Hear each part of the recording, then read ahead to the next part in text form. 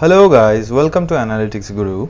Now I'm gonna start off with the new lecture series on the Python programming language, and this is the first video of the lecture series, and I'm gonna be teaching you about the Python syntax, the variable assignment and the arithmetic operations. So let's start off with the video. First of all, you need to open the Anaconda distribution and you need to open the Jupyter notebook. I have already opened the Jupyter notebook here in my browser, but to do that please check out my previous videos on how to install the Jupyter notebook and also on how to open the Jupyter notebook using the Anaconda navigator. Now after you have opened it, you need to open a Jupyter notebook file, and here I have basically made an IPNYB notebook, as you can see, and I will be going through this notebook and telling you about the details of the Python programming language and how to get started with the basic syntax of the Python programming language. Now I would like to say that Python is one of the most easiest languages to learn. It has a very simple syntax which is quite similar to the English language, and because of this simple syntax it allows the developers to write programs with very few lines of code, which is why this language is becoming more and more popular among programmers. Now Python runs on an interpreter system. We don't have to compile the Python code before we can run it. We can just write the code and then run it immediately. Also, you need to note that Python can be treated in both a procedural way and an object oriented way. That is, it can be used as a procedural language or an object oriented language. If you have some knowledge about the style of programming languages, then you must be understanding what I am trying to tell. Now the major version or the most recent version of Python is Python 3, in which I will be using in this tutorial, but Python 2 is also quite popular. And one of the new things about this Python language is that it uses new lines to complete a command, as opposed to other programming languages which often use semicolons or parentheses. And it also relies on indentation and using white space to define the scope such of loops, functions and classes, rather than using curly brackets, which is quite common among other programming languages. Now let's start off with the Python syntax, and basically to assign variables. Now to assign variables, first of all you need to note that you do not need to declare a variable before assigning it. In a lot of programming languages you need to declare the variable before assigning it. There is no need for that functionality in Python. Also, you need not tell Python what type of value the variable is going to refer to. Is it going to be integer? Is it going to be a string? You don't need to tell. You just need to assign the variable. The Python interpreter will automatically detect what kind of variable it is. Also, this one I have previously told you that to end the line you don't need to write a semicolon or a colon. You just need to go to a new line and it will be automatically detected by the Python interpreter. Now let me run this line of code. As you can see in my notebook that this part has run. Now the first thing after assigning a variable is that you want to know whether or not the particular value has been assigned to that variable. To do that, you need to print the variable. To print the variable, you need to use the default print function and pass the name of the variable as an argument, and I click on this one and I hit Control Enter, and you are seeing that the output of the variable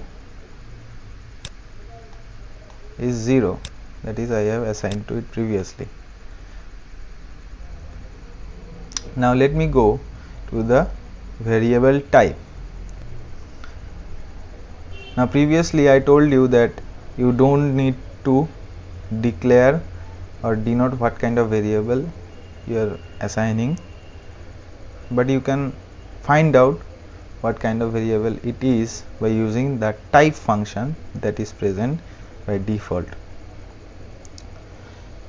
Just pass the name of the variable through the type function and hit enter, and you see that the type of the variable is integer, which is referred to as int. Now there is another type of variable, that is the floating point variable. As I run this one, I'll get the floating point as output. So this integer and float is the basic two types of variables that you are going to be using to compute arithmetic operations. Now I'll go to reassigning the variables. Now for this case, it looks just as like creating a new variable. The Python interpreter evaluates the expression on the right hand side of the declaration operator, which is equals to, and then assigns the value of the variable to the left hand side. Now here the previous value of the variable was 0, and I am adding 4 to this 0, so my new value for the variable will be 4. I run enter, this is 4.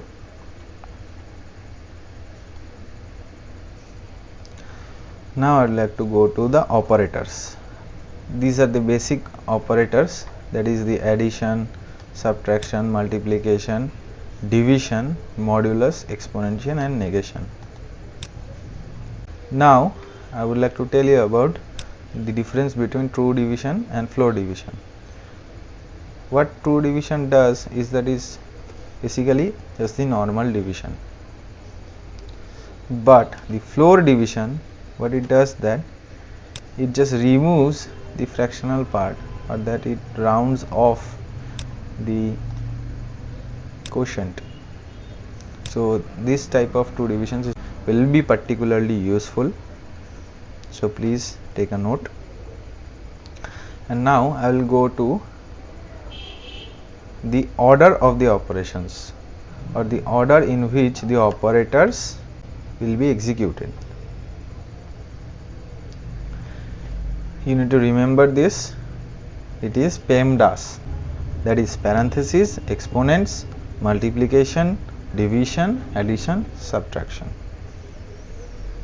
Now according to this particular order, if you run this one, this will be the desired output. 8 minus 3 plus 2 gives you 7, and minus 3 plus 4 multiplied by 2 gives you 5, because 4 multiplied by 2 will be executed first and then it will be subtracted to give 5. Now sometimes the default order is not what we want. To force Python to evaluate the sub expressions in whatever order you want, you need to use the parenthesis. Now here you can see that I have used the parenthesis. Now also here, now this will evaluate 3 plus 2 first, which is 5, and then subtract it from 8, which gives you a result of 3 here. And also in this case, minus 3 plus 4 will be evaluated first, which is 1 multiplied by 2 gives you 2. So the same thing, I have written the same thing here, but just given the brackets or the parenthesis right here. So this is very useful while trying to compute certain mathematical operations. Now I would like to go to the end of this lecture by showing you some built-in functions which are very useful while working with numbers, or as you say, mathematical operations. Now there is inbuilt function named min and max, which gives you the mean and max of a particular list or tuple or any iterable or any kind of argument that you pass through it. It gives you the minimum and the maximum value. Now write enter. As you can see that this gives you the minimum value 1 and this gives you the minimum value of 3 from the tuple. Now I will show you about the tuple and the iterables in our next videos. Till then, please stay tuned, no need to worry. Now I would like to go to the another function, which is the absolute function, which is nothing but it returns the absolute value of its argument. And let me run this one, and this is giving me the absolute value for both the cases. You can see here that I have passed the negation of 32, but it is giving me 32. Now this one is one of the most important functions that you're gonna use a lot of time in, that is the int function and the float function. These functions can be called to convert their arguments into the following types. That means that you can convert an integer to a float by passing it through a float function, and you can convert a float into an integer by passing it through an integer function.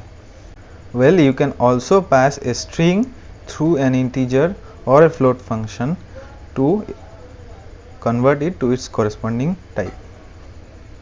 If I run this one, now if I run this one, you see that this 19 has been converted to float, this 6.47 is converted to 6, and now this 999, which is this string, has been converted to an integer and has been correspondingly added to 1 to give the result of 1000. So this was the introduction to the basic features of Python. We will dive deep into the Python programming language in our next couple of lecture videos in this series. So please stay tuned, and if you like this video, please hit the like button and click the bell icon for latest updates, and please subscribe to our channel for latest data science videos. Till then, bye bye.